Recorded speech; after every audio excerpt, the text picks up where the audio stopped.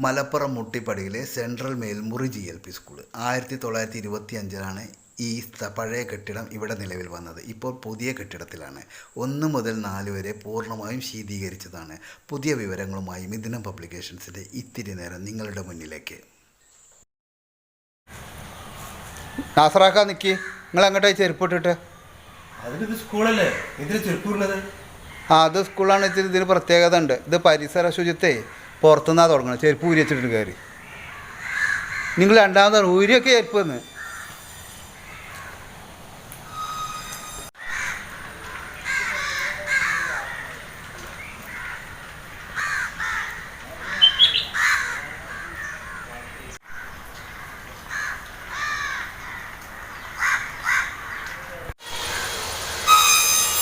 നാസറാക്ക, നിങ്ങളിങ്ങനെ ഞങ്ങൾക്ക് ഇതേപോലെ നമ്മളെ ഹൈടെക് ക്ലാസ് റൂമിൽ ഇരിക്കാൻ ഒരു ഭാഗ്യം കിട്ടുമെന്ന് വിചാരിച്ചു. ഇന്ന് നമ്മളെ എത്രയോ മാറി. നമ്മളെ പണ്ട് കാലത്ത് ഒരു പുസ്തകമായിട്ട് സ്കൂളിലേക്ക് പോയിരുന്ന ആൾക്കാരുണ്ട്. ആ മഞ്ഞക്കട ഉപ്പുമാവ് കിട്ടാൻ വേണ്ടിയിട്ട് ഇപ്പൊ കിട്ടുന്ന കാലത്ത് നീങ്ങുന്ന ആൾക്കാരുണ്ട്. ഇന്ന് സ്കൂള് മാറി, ടീച്ചർമാര് മാറി, എല്ലാവരും ഹൈടെക്കാണ്. GMLP സ്കൂൾ മുട്ടിപ്പടി മുഴുവനും ശീതീകരിച്ച ഒരു സ്കൂൾ. അത് മാത്രമല്ല, മഴവില്ല് പോലൊരു സ്കൂൾ. പിന്നെ നമുക്ക് മുകളിലേക്ക് നോക്കിക്കഴിഞ്ഞാൽ ഒരു ക്ലാസ്സിൽ തന്നെ 4 ഫാനാണ്, റിമോട്ടുള്ള ഫാനാണ്, കർട്ടൻ ഉണ്ട്. അത് നമ്മുടെ ആഡംബരമായിട്ടുള്ള നമ്മുടെ കർട്ടൻ തന്നെ. അതേപോലെ തന്നെ പ്രൊജക്ട് നമുക്ക് മനം കുളിർപ്പിക്കുന്ന നല്ലൊരു ലൈറ്റ് കാര്യങ്ങളൊക്കെ അവിടെ എല്ലാ സംവിധാനങ്ങളും. അപ്പോൾ നമ്മൾ പറയാൻ പോകുന്നത് മുട്ടിപ്പടി GMLP സ്കൂളിനെ കുറിച്ചിട്ടാണ്. മലപ്പുറം ജില്ലയിൽ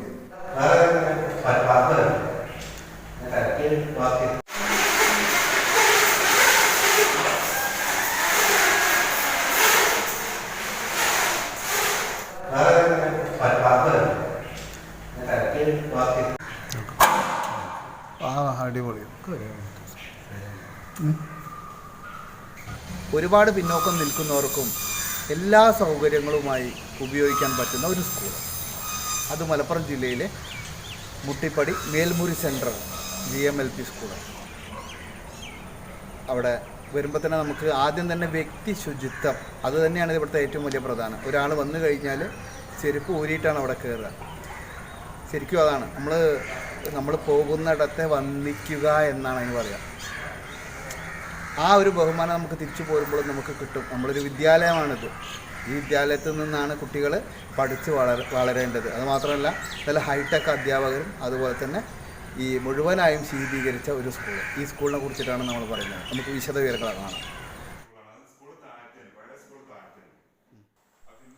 ഇത് ഓഫീസ് സ്റ്റാഫിനുള്ള റൂമാണ്.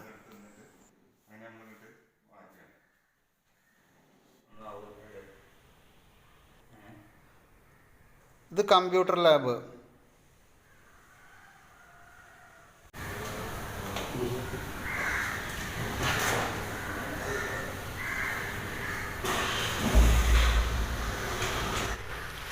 വിശാലമായ അടുക്കള. അതിനപ്പുറത്ത് സ്റ്റോർ റൂമുണ്ട്. അതായത് നമ്മുടെ വീടിനേക്കാളും സുഖസുന്ദരമായിട്ട് സുഖസൗകര്യങ്ങളോട് കൂടിയിട്ട് കുട്ടികൾക്ക് പഠിക്കാം, കളിക്കാം ഒക്കെ ചെയ്യാം. സോളാർ സിസ്റ്റത്തിൻ്റെ പണി നടന്നുകൊണ്ടിരിക്കുകയാണ്. ഇത് എന്തായിരുന്നു? Dining hall. വിശാലമായ ഡൈനിങ് ഹാള്.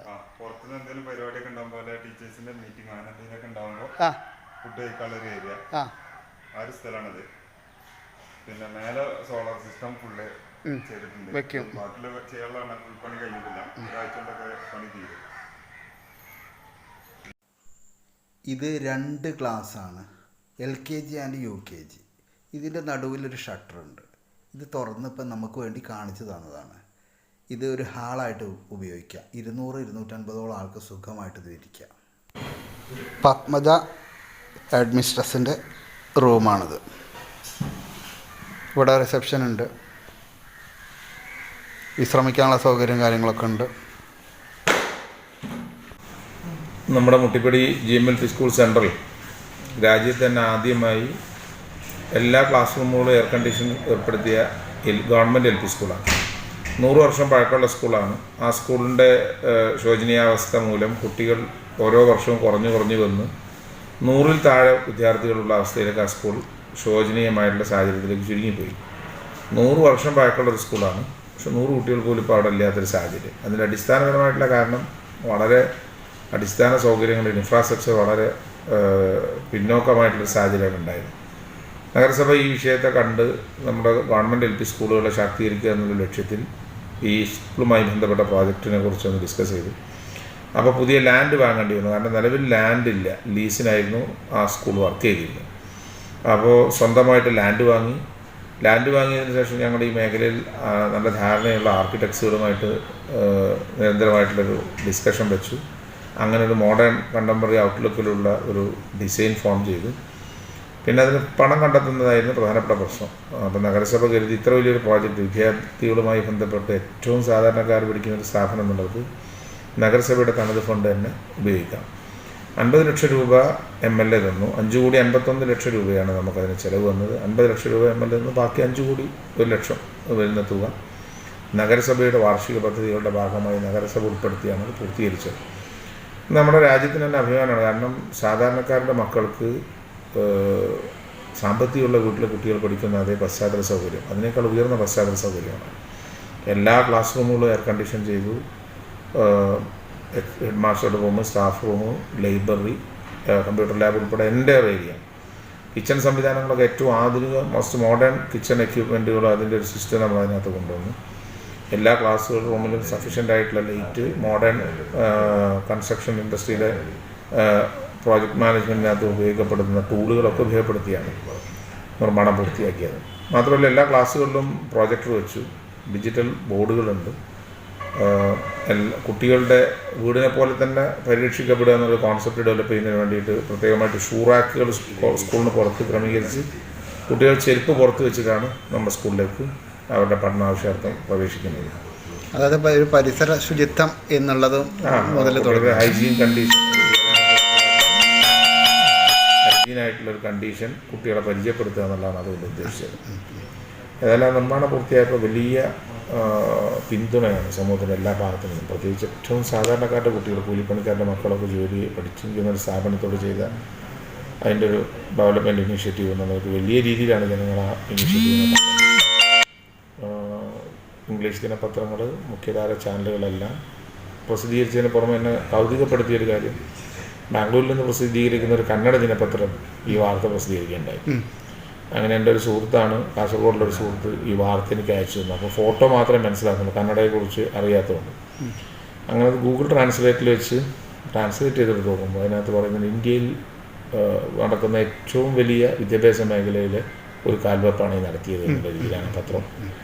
സോഷ്യൽ മീഡിയയിലൊക്കെ നമ്മുടെ കുട്ടികളത് വ്യാപകമായിട്ട് ആ പത്രം വ്യാപകമായിട്ട് പ്രചരിപ്പിച്ചിരുന്നു. നമുക്കത് വലിയ സന്തോഷം. കാരണം യഥാർത്ഥത്തിൽ ഞങ്ങളങ്ങനെ നമ്മൾ കേരളത്തിന് പുറത്തുള്ള പത്രത്തിലേക്ക് റിലീസോ ഒരു കണക്ഷനോ ഒരു കോൺടാക്റ്റോ ഒന്നും കൊടുത്തിട്ടില്ല.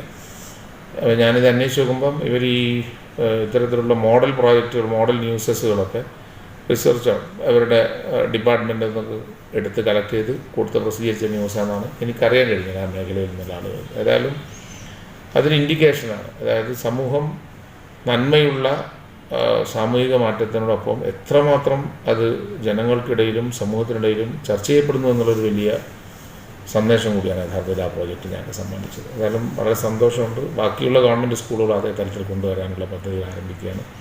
എല്ലാ ക്ലാസ് റൂമും AC ആക്കിയതിൻ്റെ പുറമെ എല്ലാം സോളാർ ബേസിൽ കൂടിയാക്കി 0 കോസ്റ്റിൽ റൺ ചെയ്യാൻ. കാരണം വലിയ തുക എല്ലാ മാസവും ചിലപ്പോൾ കൊടുക്കൽ എന്താവും, ഫിനാൻഷ്യൽ ബേർഡൻ ഉണ്ടാക്കും. അത് മുൻകൂട്ടി കണ്ട് സോളാർ സിസ്റ്റമാണ്, entire electricity based on solar system. അപ്പോൾ അതും പ്രയാസമൊന്നും കൂടാതെ നല്ല രീതിയിൽ റൺ ചെയ്യാനുള്ള അവസരം ഉണ്ടാവും. കഴിഞ്ഞ ദിവസം ക്ലാസ് സ്റ്റാർട്ട് ചെയ്തു. കുട്ടികളുടെ ഒക്കെ ഒരു മൊത്തത്തിലുള്ളൊരു ഉത്സവാവേശങ്ങൾ നമുക്ക് വലിയ സംതൃപ്തിയാണ് നൽകുന്നത്. അവരുടെ ജീവിതത്തിൽ ഇന്നേ വരെ 1 മണിക്കൂർ പോലും AC ഉപയോഗിക്കാൻ അവസരം ലഭിക്കാത്ത കുട്ടികളാണ് അതിൽ മഹാഭൂരിപക്ഷം. കണ്ടിട്ടില്ല, വീട്ടിലുള്ള ഒരു കൂലിപ്പണിക്കാർ ഒരു ഓട്ടോറിക്ഷയ്ക്ക് വാടക കൊടുക്കാൻ കഴിയാത്ത കുട്ടികളാണ് ആ സ്കൂൾ ഓപ്റ്റ് ചെയ്തിരുന്നത്. കാരണം തൊട്ടടുത്തൊക്കെയുള്ള മറ്റു സ്കൂളിലേക്ക് പോകണമെങ്കിൽ ആ സൗകര്യം ഇല്ലാതെ ഏറ്റവും ഒരു മാർഗ്ഗമില്ലാത്ത കുട്ടികളാണ് ആ സ്കൂളിൽ മുഴുവൻ. എല്ലാവരും തന്നെ പറയാം, ഓൾമോസ്റ്റ് ഏതെങ്കിലും 1-2 കുട്ടികളൊക്കെ ചിലപ്പോൾ തൊട്ടടുത്ത് എന്നുള്ളവർക്ക് ഓപ്റ്റ് ചെയ്തെന്നല്ലാതെ ബാക്കി വരുന്നതൊക്കെ സാമ്പത്തിക ബുദ്ധിമുട്ടിൻ്റെ ഏറ്റവും പ്രയാസമുള്ള കുട്ടികളാണ്. അപ്പോൾ ആ കുട്ടികളുടെ രക്ഷിതാക്കൾക്ക് ഒരിക്കലും രക്ഷ ജീവിതത്തിൽ ഈ കുട്ടികളുടെ പഠന കാലഘട്ടത്തിലൊന്നും കൊടുക്കാൻ കഴിയാത്ത പശ്ചാത്തലം നമ്മൾ ഗവൺമെൻറ് ഖജനാവിലെ പണം കൊടുത്ത് കുട്ടികൾക്ക് കൊടുക്കുക എന്ന് പറയുന്നത് വലിയ ഒരു സംതൃപ്തി ഉണ്ടാക്കുന്ന കാര്യം. മറ്റെന്ത് ചെയ്തതിനേക്കാളും വലിയ ആത്മസംതൃപ്തി ഞങ്ങൾക്ക് നൽകിയൊരു പ്രോജക്റ്റാണ് യഥാർത്ഥത്തിൽ ഈ പദ്ധതി.